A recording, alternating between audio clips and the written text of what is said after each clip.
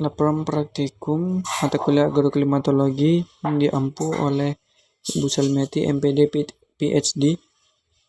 Laporan kali ini berjudul Cara Penggunaan Anemometer. Nama saya Krisna Rai dengan NIM 2502082 dari Program Studi Agroteknologi Angkatan 2025 kelas A. Angin merupakan salah satu unsur cuaca yang sangat penting dalam berbagai bidang, terutama dalam pertanian, perikanan, penerbangan, dan meteorologi. Kecepatan angin mempengaruhi proses penguapan atau evaporasi, penyebaran biji atau hama, serta pertumbuhan dan perkembangan tanaman. Oleh karena itu, pengukuran kecepatan angin menjadi hal yang penting untuk memahami kondisi lingkungan secara lebih akurat.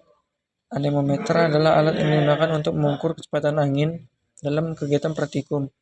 Penggunaan anemometer bertujuan untuk melatih keterampilan dalam melakukan pengukuran langsung di lapangan serta memahami cara kerja alat tersebut. Selain itu, praktikum ini juga membantu dalam mengamati variasi kecepatan angin pada waktu dan kondisi yang berbeda, sehingga dapat dianalisis hubungannya dengan faktor lingkungan lainnya seperti suhu dan kelembaban. Dengan dilaksanakannya praktikum anemometer, diharapkan mahasiswa mampu memahami pentingnya data kecepatan angin dalam pengamatan cuaca dan mampu menginterpretasikan hasil pengukuran secara ilmiah. Hal ini juga menjadi dasar dalam pengambilan keputusan yang berkaitan dengan kegiatan di bidang pertanian maupun lingkungan. Tujuan praktikum kali ini yaitu untuk mengetahui cara penggunaan anemometer serta mengukur kecepatan angin di lingkungan pengamatan. Ini adalah contoh alat anemometer yang digunakan pada praktikum kali ini. Cara kerja pada penggunaan anemometer. Yang pertama, pastikan anemometer dalam kondisi baik dan baterai cukup. Nyalakan alat sebelum digunakan. Pilih tempat yang terbuka dan tidak terhalang bangunan, pohon, atau benda lain agar hasil pengukuran lebih akurat.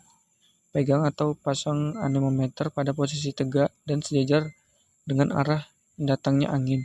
Jika memungkinkan, gunakan tripod agar lebih stabil. Biarkan alat terkena angin selama beberapa saat hingga angka pada layar stabil. Pada anemometer manual, hitung jumlah putaran dalam waktu tertentu. Catat hasil pengukuran kecepatan angin beserta waktu dan kondisi lingkungan pagi, siang, sore.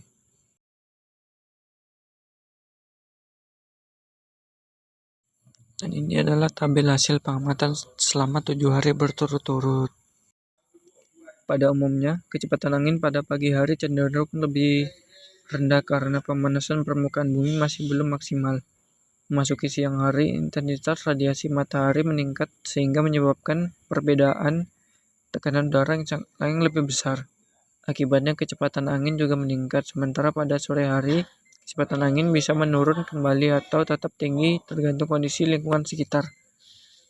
Selain waktu, faktor lingkungan sangat mempengaruhi hasil pengukuran. Lokasi yang terbuka tanpa hambatan seperti bangunan atau pepohonan biasanya memiliki kecepatan angin yang lebih tinggi dibandingkan lokasi yang tertutup. Hambatan tersebut dapat mengurangi kecepatan angin karena terjadi gesekan dan turbulensi. Dari sisi alat, anemometer bekerja cukup baik dalam mendeteksi perubahan kecepatan angin melalui putaran baling-baling. Namun terdapat beberapa kemungkinan kesalahan dalam praktikum, seperti posisi alat yang kurang tepat, pengaruh tangan saat memegang alat, atau kondisi angin yang tidak stabil atau berubah-ubah secara cepat. Hal ini dapat menyebabkan hasil pengukuran menjadi kurang akurat. Berdasarkan hasil praktikum yang telah dilakukan, dapat disimpulkan bahwa anemometer merupakan alat yang efektif untuk mengukur kecepatan angin di lingkungan pengamatan. Alat ini bekerja dengan memanfaatkan putaran baling-baling yang dipengaruhi oleh hembusan angin, sehingga nilai kecepatan angin dapat diketahui secara langsung. Hasil pengukuran menunjukkan bahwa kecepatan angin bersifat tidak tetap atau dinamis, dan dipengaruhi oleh waktu serta kondisi lingkungan. Umumnya kecepatan angin lebih rendah pada pagi hari, meningkat pada siang hari, dan dapat menurun kembali pada sore hari. Selain itu, faktor seperti adanya hambatan, bangunan dan pepohonan, dan kondisi cuaca juga mempengaruhi hasil pengukuran. Dengan demikian, praktikum ini memberikan pemahaman bahwa pengukuran kecepatan angin perlu dilakukan secara teliti, berulang, dan pada lokasi yang tepat agar diperoleh data yang akurat. Data tersebut sangat penting untuk berbagai keperluan terutama dalam bidang pertanian dan pengamatan cuaca. Sekian penjelasan laporan praktikum anemometer. Wassalamualaikum warahmatullahi wabarakatuh.